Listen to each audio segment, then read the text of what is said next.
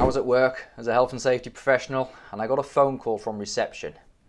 The health and safety executive are here, they said. I took a deep breath and I said, good. And off to reception I went. And I do mean that. I mean good. Good. A lot of us fear the HSE. We fear the enforcement agency coming in and finding things wrong and taking action against us. And I honestly don't see why. You see, the HSE and the local authority can be bloody useful at times.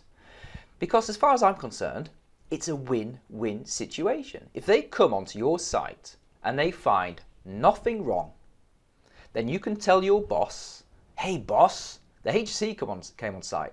They walked around the whole premises, spoke to some of the safety reps, and you know what? They found nothing wrong. All of a sudden, you are a superstar, my friend. You are the superstar health and safety professional who has protected the organisation, as you should, from the clutches of the HSE. Now that's one way of looking at it. The other way of looking at it is the HSE come on site and they do find something wrong. And even worse than that, they take some kind of action against you. And this has happened to me once. I had the HSE come on site, came onto one of my sites, and within seconds of walking onto the factory floor, the book came out and they were about to serve a prohibition notice. Yeah, and it was for a problem that I had highlighted to management and I wasn't getting much traction for. Not a particularly sportive manager back in those days. And so what happened? Well, that problem got fixed that very same day. And once I got served an improvement notice, and it was for another problem. It was about vehicles and internal transport. And it was for issues that I had highlighted on multiple occasions and no one was taking really very seriously because people were leaving keys in the vehicles. And so anyone could just hop on and move a vehicle. And I mentioned this quite a few times. And they said, well, it doesn't really matter, I wasn't really taken seriously. Who would drive a forklift if they're untrained was kind of the response that I got.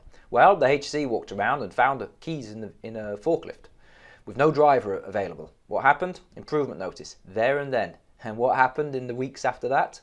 We sorted that problem out.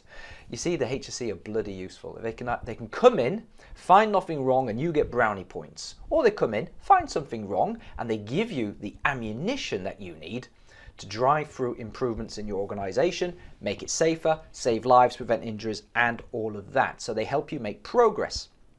Now, there is an exception to this.